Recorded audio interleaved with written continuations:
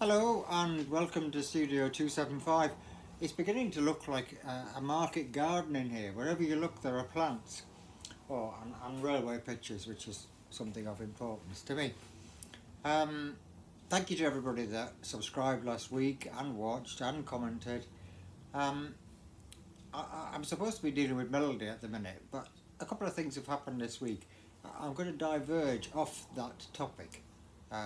Although before I do diverge off it, somebody has emailed me and asked about the range of instruments and where they're good and where they're not bad. And there is a tiny little book called The Essential Dictionary of Orchestration. It's published by Alfred Publishing. It is actually almost a pocket-sized book. It's a very fine book. It covers all the instruments you could possibly think of and all the variants of those instruments as well. But one of the things I really like about it, and actually you can find this on some computer music setting programs, is it gives the actual range of the instrument and the sensible, practical range of the instrument.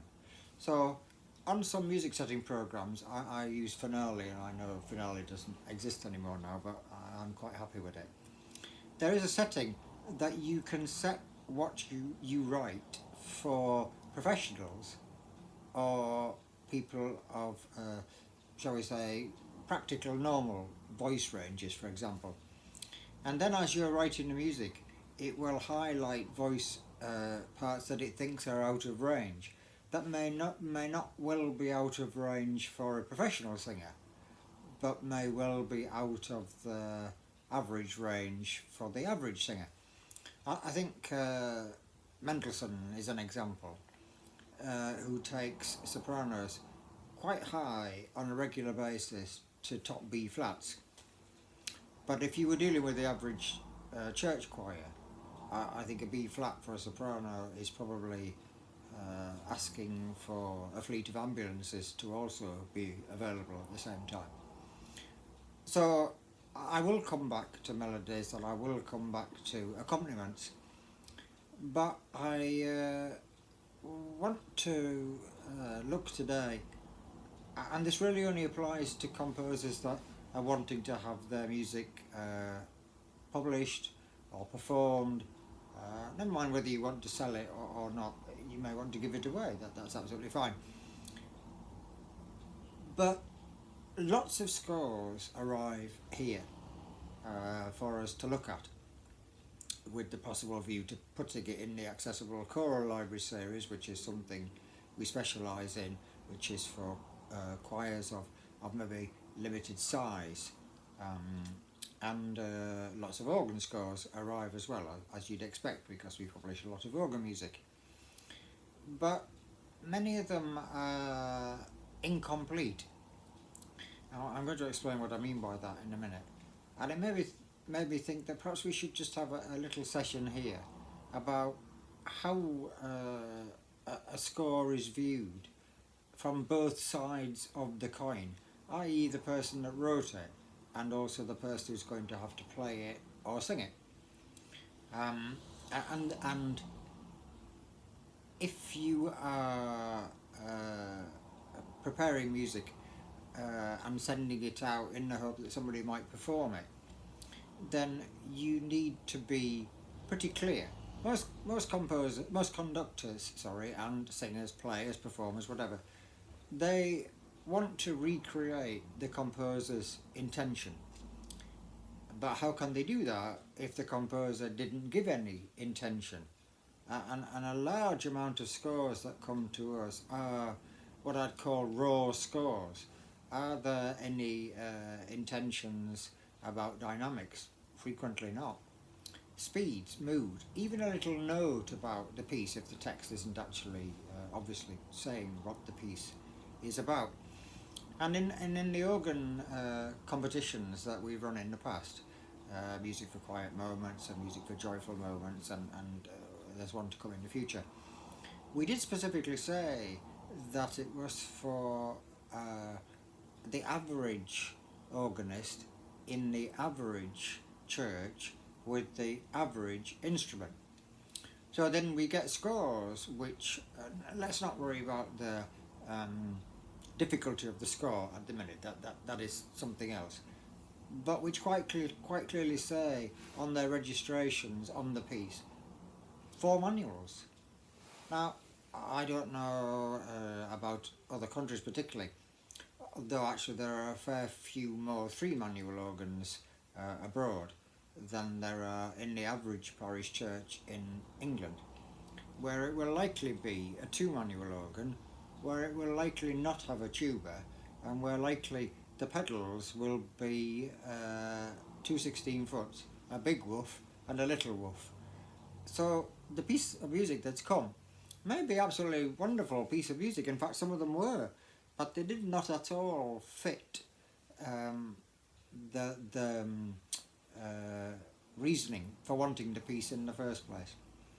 So making it clear what you actually want from performers is vital, because getting new music, even in front of people just to rehearse, never mind perform, is difficult, because people say, well, I've never heard of this composer, so the music can't be any good. Although I have to say that I was in America with my choir going back to 2003, and we went into a music shop in Charlotte, North Carolina, where I was composer of the week. And there is a little different attitude, I think, maybe in the States, where this is a composer we've never heard of, let's have a look and see what it's like, as opposed to this in England, this is a composer we never heard of, so it can't be any good, otherwise we would have already heard of them. So I remember taking over a choir in about 1995, where the choir were very disheartened because the previous conductor had commissioned a piece of music from a local composer. The piece had arrived, they'd prepared it, the composer had refused to allow them to sing it. And not because they couldn't sing it, but because it didn't match up to his expectations of what it should sound like. But the score basically had no markings at all on it. Um, and one would have to then say, why did the conductor not get in touch with the composer and say, what do you actually want, what are you trying to say? But then I guess, and the conductor said to me, I don't feel that that's my job. The piece of music hasn't been provided properly. So, if you want to know how to get music in front of people, that's a subject for a different video. Promoting your own music, etc., is a subject that will take probably 3 videos all on its own. But just maybe dealing more with choral music for a little while than instrumental music or organ music. I would say that, well, certainly every piece of music that comes to me goes through a screening process. And this screening process will include such things like, has it got a quality? Is that quality maybe in the strength of the melody? Maybe it's in the richness of the harmony. Maybe it's in the likelihood of it enduring in usage. A piece of music that you use once, it's quite easy to get first performances. It's much harder to get repeated performances. So if you're putting a piece of music into your library, you want it to endure more than just the once, when it will of course then just disappear. If we're talking about choirs, is it well written chorally? Is it within the range of voices? Are voice leading principles adhered to?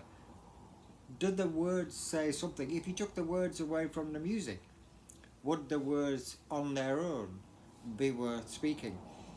I think quite an interesting thing about Vaughan Williams's Towards the Unknown Region, which is a very beautiful piece and a very fine poem by Walt Whitman. But the writing of Vaughan Williams at that particular stage of his development is quite clouds the words in many respects. And I've always, before conducting that piece, had somebody from the choir narrate the Walt Whitman poem. So the audience is then going to know what it is the piece is about that they are about to listen to. Um, and that's an important point if you're writing choral music. Is it going to say something to the audience? It has to say something to the singers first, because if it doesn't say anything to them, they will not be able to convey that to an audience. Um, I think this is also a very important one. There are compositional fads, for want of a better word, that appear. Um, I don't want to go down the world of mentioning one, but there's a certain sort, or was a certain sort maybe 10 years ago, of American choral music, maybe slow moving harmonies, and people latched onto this, much the same way as they did when Mendelssohn wrote Elijah. There was a lot of money in writing oratorios for choral societies, and so many other composers came and sort of watered down Mendelssohn in the hope that their piece of music would sell well. We've already been through the point in video one, really, where you should write true to yourself and not try to be um, a second-rate version of somebody else. You need to be a first-rate version of yourself. And if you go to libraries now, in churches or whatever, you find complete sets, for instance, of maybe The Last Judgment by Louis Spohr is an example, which look like they've never been used, because what they really are is Mendelssohn with, you might say that Reinberger is Mendelssohn with added spice. You might say that some of these oratorios that have long since disappeared are Mendelssohn without the Mendelssohn fact, trying to be like but not being like. And if you buy pieces of music that follow the latest fad, then the latest fad doesn't endure.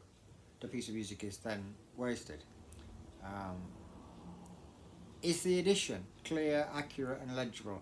Well, these days there is no excuse for that, because there are music setting programs, from free ones to the very expensive ones, and your music can be made to look wonderful. This is nothing to do with the content of the music. This is to do purely and simply with what the music looks like on the page. And there are many choir leaders that I know, in all sorts of music, that spend hours researching new repertoire. Others simply follow the crowd, and they purchase works that are actually of such stunning mediocrity that they can't even get their singers engaged in learning it, and the piece doesn't have a life. So we just nip to a conductor's viewpoint of the piece of music that you sent now as well, or it could be an organist's viewpoint. Conductors prepare scores, and those that don't prepare scores shouldn't be in front of players or singers anyway. But that can range from, well, it will include an understanding of the text. It might include sorting through breathing places, or an orchestral conductor might put in bowing instructions. Many conductors, choral conductors, will sing through each line of the piece to themselves, clearly, if you've got a voice like mine. And that they can then anticipate the problems that singers might have when they come to sing it. This is all off topic of melodies and everything we were previously talking about. But I thought it was a useful diversion to go down, because, as I say, we've had a pile of scores arrive this week. In actual fact, in one of them, the music is very beautiful. It doesn't fit the bill of the sort of things that we publish. But the score layout on the page, it gives no instructions other than the Latin title of the actual piece. So I think it is important that, and we've covered this before, don't be writing for instruments that you don't know about, because the person who does know about it will see through that score straight away. Are there a lot of negatives in this post? Well, no, they're not, because a negative can be turned into a positive. If I've said we get scores that aren't properly prepared, that's a positive to say that you should make sure that yours are. So, there you have it. It's got longer than last week, so I really do need to stop talking. Have a wonderful week. The weather is in Leeds and in Yorkshire is going to be wonderful, so it tells us. And don't forget to subscribe, to share, and to comment if anything that you have heard you definitely agree with, or even disagree with, because if you disagree with it, that will lead us on maybe to a discussion about that. So have a wonderful week and goodbye.